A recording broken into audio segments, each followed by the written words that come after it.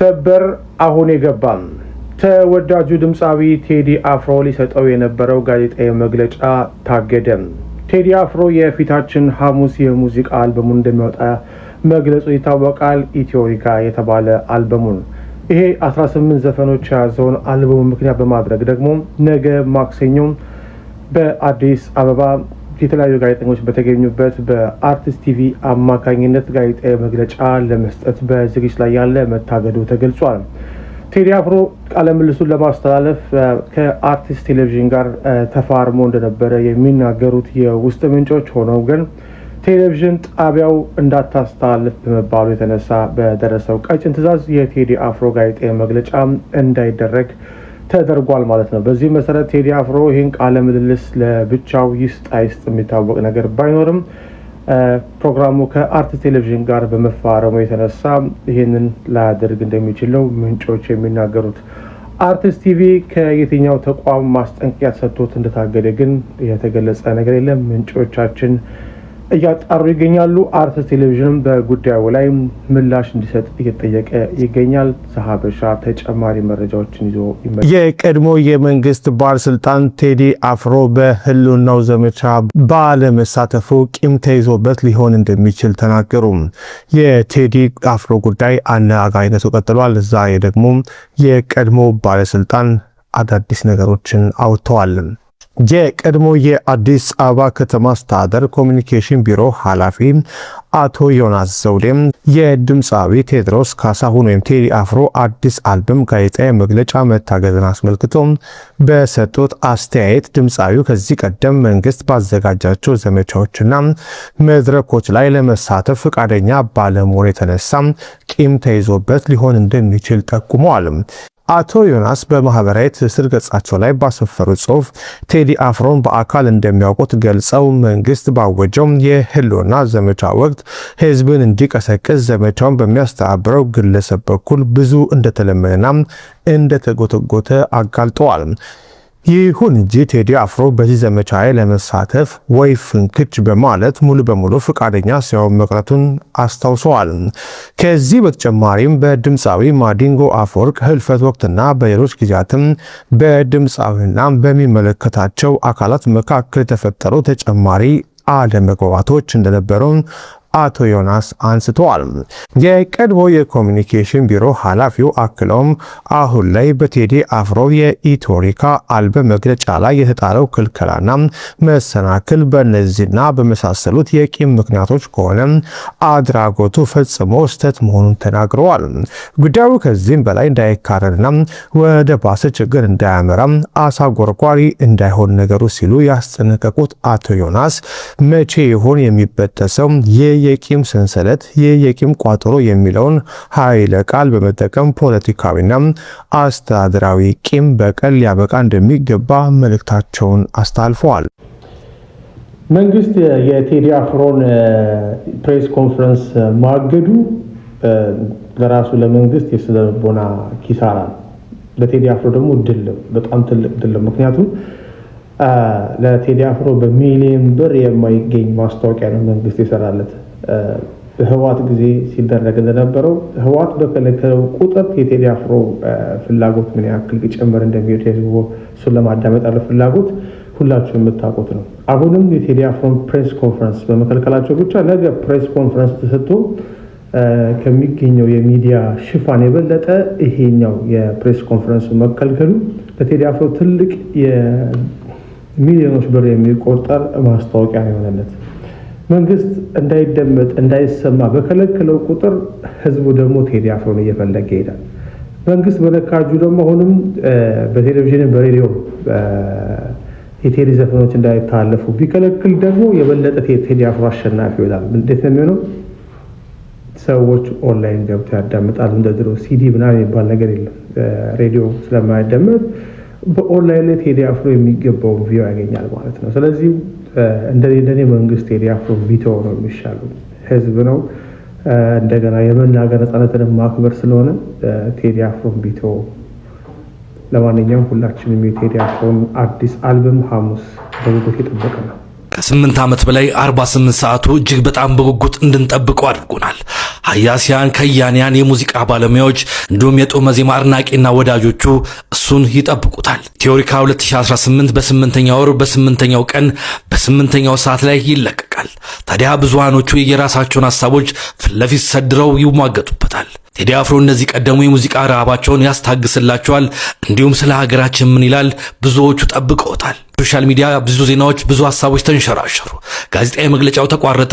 ሌላም ሐሳቦች ተሰነዘሩ። ሆነስት ኒውስ ይህንን አስነበበ።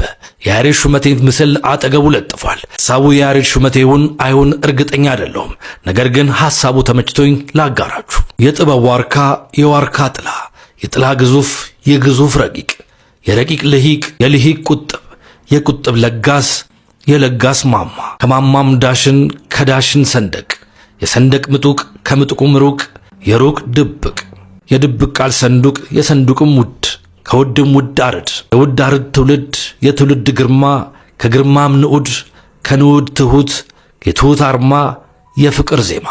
ቴዲ አፍሮ። እናንተስ ኢዮሪካን እንዴት እየጠበቃችሁ ነው? ይህ የሚኖር ሕይወት ነው። ሰላም። ቴዲ አፍሮ የምናውቀውና የሰማነውን እንናገራለን። ቴዲ ውሉ እንደፈረሰ አብዛኞቻችሁ ሰምታችኋል። ከሰዋሰው ጋር የፈረሰበትን ምክንያት አብዛኞቻችሁ በዛበሻ ላይ አንዳንድ ቦታ ላይ ሰምታችሁታል። ያው የታወቀ ነው ኦብቪየስ።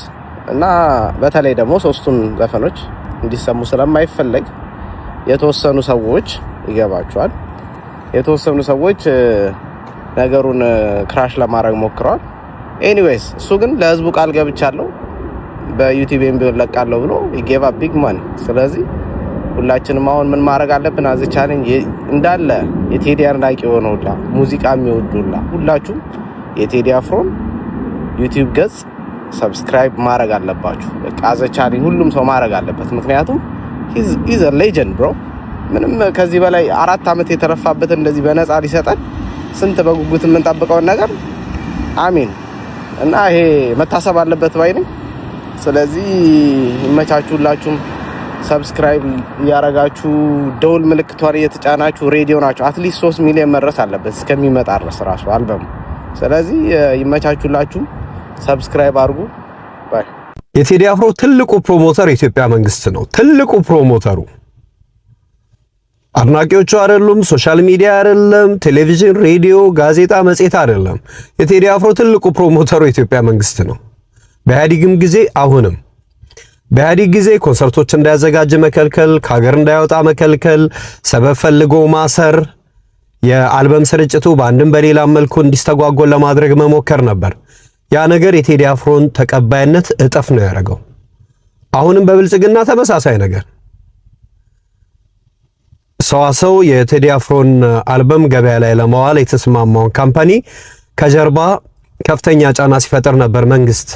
የቴዲ አፍሮ ፖለቲካ ይዘት ያላቸው ሙዚቃዎች እንዳይወጡ ለማድረግ ቢወጡ እንኳን ከምርጫ በኋላ ለማድረግ ከዛ በኋላ ደግሞ ጋዜጣዊ መግለጫውን ከለከለ።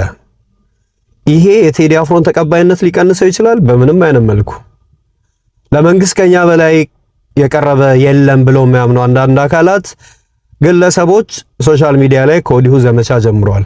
ትችት አልበሙ አልወጣም። አልበሙ ወጥቶ ግጥሞቹ ከስነ ጽሑፍ አንጻር ከሐሳብ አንጻር ትክክል አይደሉም። ዜማው ከሙዚቃ አንጻር ከዚህ አንጻር ትክክል አይደለም። አልበሙ በአጠቃላይ የአልበሙ መንፈስ ትክክል አይደለም ብሎ መተቸት ያባት ነው። ለዛም አላደረሳቸውም፣ አላስቻላቸውም። ገና ካሁኑ ትችት በትችት እያረጉት ነው ሶሻል ሚዲያውን። ይሄ ቴዲ አፍሮን ተቀባይነት ይቀንሷል? በፍጹም። ቴዲ አፍሮ ሙዚቀኛ ብቻ ሆኖ መቅረት ይችል ነበር። መንግስት ቴዲ አፍሮ የሚሰራውን እየሰራ ዝም ቢለው አንድ ሙዚቀኛ ጎበዝ ሙዚቀኛ ሆኖ ይቀራል። ቴዲ አፍሮ ግን በህዝብ ዘንድ ከሙዚቀኛ በላይ እንዲሆን እያደረገ ያለው የኢትዮጵያ መንግስት ነው። የቴዲ አፍሮ የተወሰኑ ዘፈኖች ሚዲያ ላይ እንዳይተላለፉ ለእያንዳንዱ ሚዲያ ይነገር ነበር በፊት። እንደዚህ ሲደረግ ይህ ሰው ከሙዚቀኛ ከፍ እያለ እንዲሄድ ያደርገዋል። ህዝብ ስርዓቱን እየታገለልኝ ያለ የኔ ታጋይ የህዝብ ልጅ ነው ብሎ እንዲያምን ያደርጋል። በዚህ ሁሉ መንግስት ብሎ የሚያደርገው መክሰር። ነገሮችን በመቆጣጠር የቴዲ አፍሮን ተጽዕኖ መገደብ የሚችል የመሰለው የሚያደርጋቸው ነገሮች ቴዲ አፍሮን የበለጠ ከፍ እያደረገው ነው ሄደው እንጂ ቴዲ አፍሮ እንደየትኛውም ሙዚቀኛ የፖለቲካ ይዘት ያላቸውን ዘፈኖች የሚዘፍን ግን ከሙዚቀኛ ያልበለጠ ሙዚቀኛ ሆኖ መቅረት ይችል ነበር። መንግስት ትልቁን ስራ ሰርቶለታል። ይመቸው የኢትዮጵያ መንግስት። ፋሚሊ ሐሙስ ኢትዮጵያ ውስጥ ትልቅ ድግስ አለ። ድግሱ ምን መሰላችሁ? ንጉሱ አልበም ያወጣል። ቴዲ አፍሮ የኔ የምንጊዜ ምርጡ ዘፋኝ የማይደገመው ቴዲ እኔ በጣም ነው የምወደው። እውነት ነው የምላችሁ። ሲያርሰበን በሉት እሱ እና ሐሙስ መጠበቅ አልቻለም።